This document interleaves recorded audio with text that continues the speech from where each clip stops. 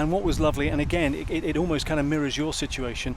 I saw some of the social media posts from Brady in the days after, with his family around him, his 2 kids, and of course a wife Toya, and it was like, you know, I won. Whatever the outcome was, I won. Yes. And the importance of having the family there and behind him, and those were special moments as well.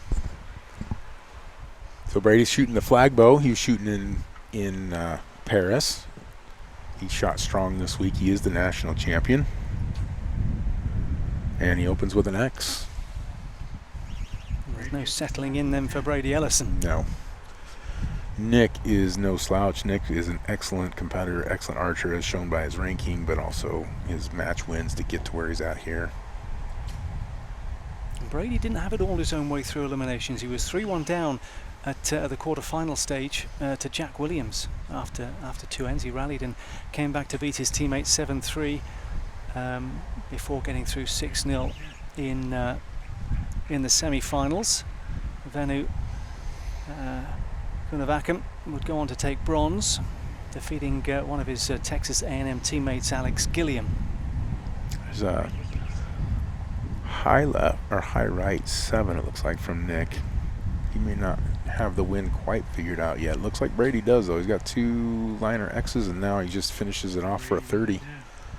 Great way to start.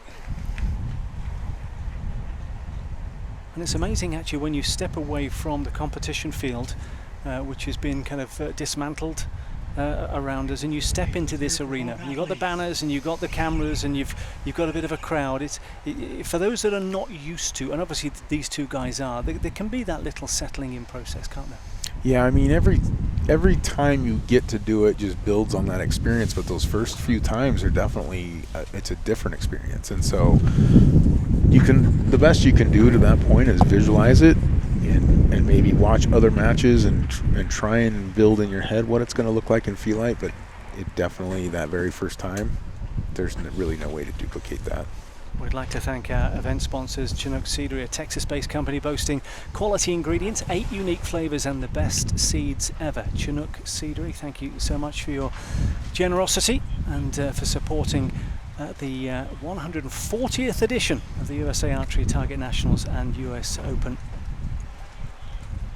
And also to our live stream title sponsors, Verona Real Estate Group and Data Core Fund Services, as well as our presenting sponsors, Win and Win.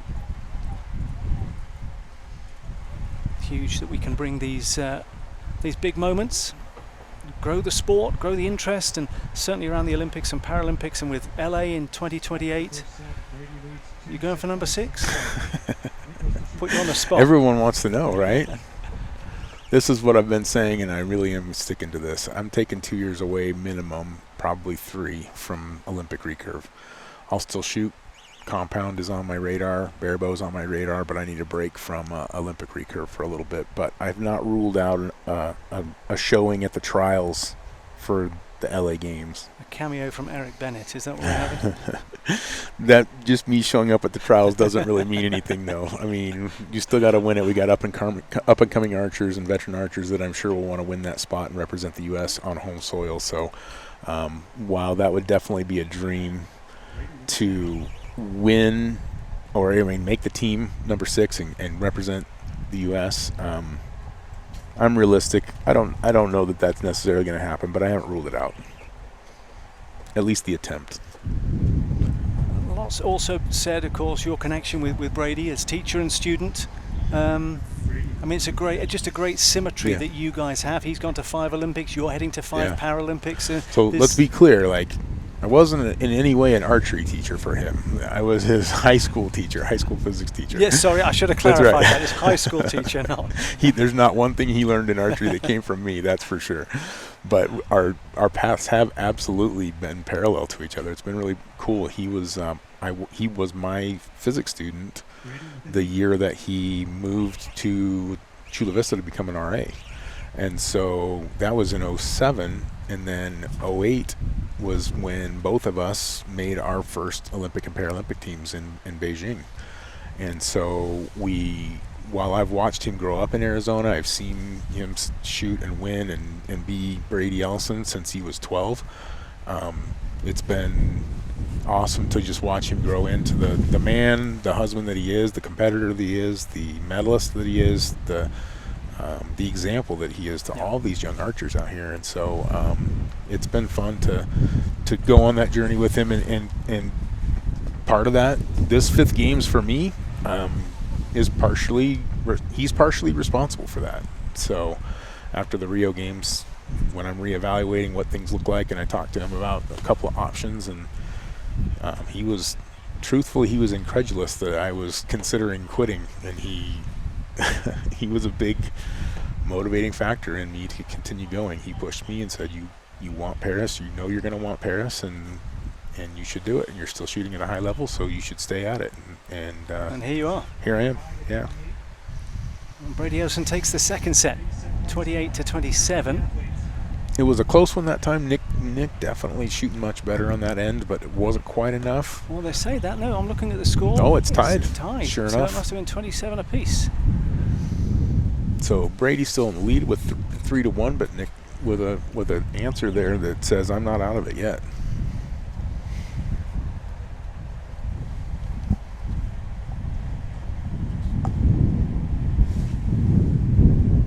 Oh, big gust there. Nick's going to have to make a shot. So there was a weight there. There was a weight. Nick with the 9. And truthfully, a great shot considering the wind really pushed right as he was getting ready to execute. Deep intake of breath there from Dearmore. Another 9 from Brady. Well, wind's picking up again, as you can probably hear. And you can see. Nick with a 10. Great shot in these conditions. Let's see if Brady can answer.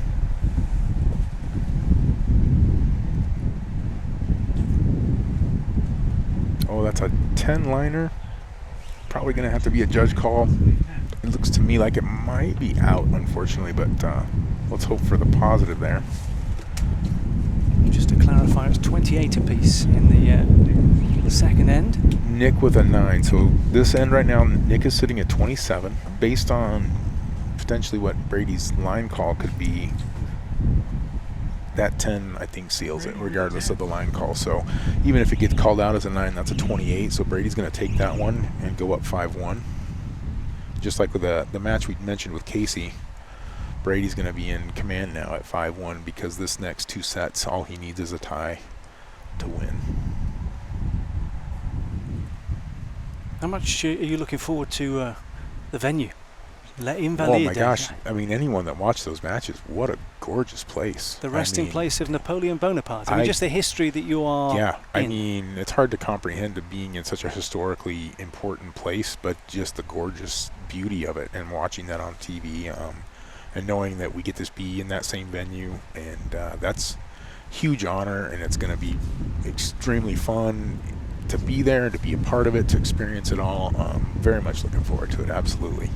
Tracy, Otto, Jason Tabansky, Jordan White, all making their Paralympic debut. Have they come to you for advice? I mean, look, you're going to spend a few days together. I'm sure they'll be asking questions. And what was it like for your first? If there was one piece of advice to give them, what would it be?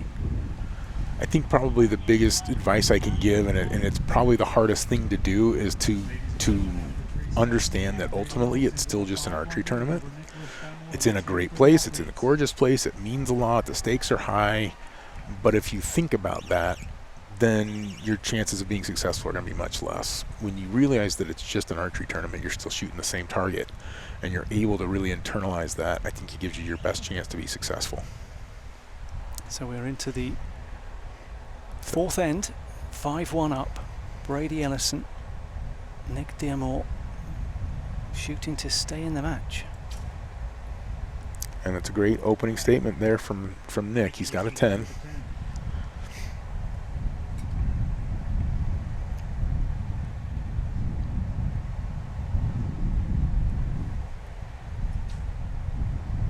And Brady says, here's my X.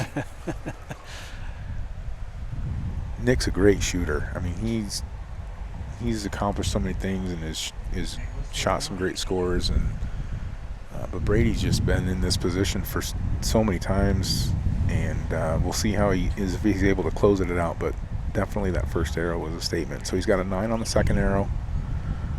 It appears that they're both tied. Remember that Brady can win it with a tie, so this shot right here means a lot for Nick. So Nick's got a 9, which means Brady can win the U.S. Open by hitting the yellow. If I know him, he wants the X.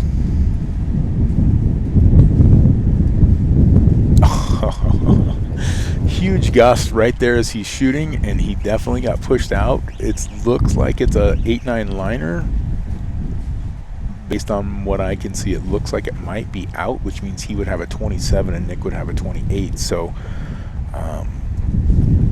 we may be moving to 5-3 and still one more chance for Brady to close it out after that. And just to let people know, we're in a tented area just to the right of where they're shooting, and we've got the back open, and we felt that gust coming through and coming past us just as Brady looked to launch. And so, you know, in these finals matches, it's arrow per arrow, and it's only a 20-second timer. And so with 20 seconds, you don't have time. You don't have time to let down, reevaluate, anything like that. Once you've come to full draw and you started aiming, you've got to see the shot through. And so if you're in your aiming process, you're expanding through your clicker, you know the shot's about to be concluded and a big wind pushes you off, you don't have much time to make an adjustment to that. And you can't let down and wait for the wind to pass. You've got to make the shot. So so it looks like that was definitely called out. It looked like it was out to me too. So 27 for Brady, 28 for Nick. Brady's still up 5-3. Again, a tie on this end will close it out for him. Nick shooting first.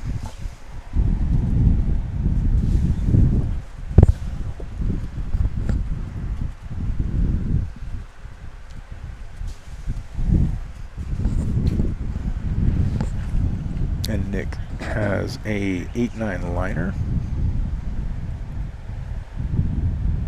Looks like it's into me, so there's a 9. Brady with a 10. Brady with a 10.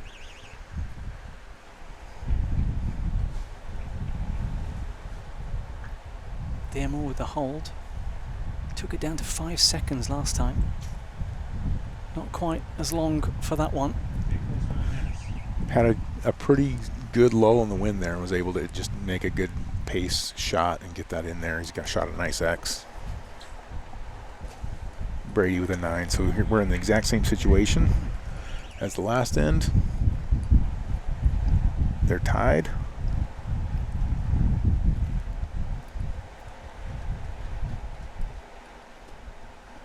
Nick with a long hold there. And he's got a 9.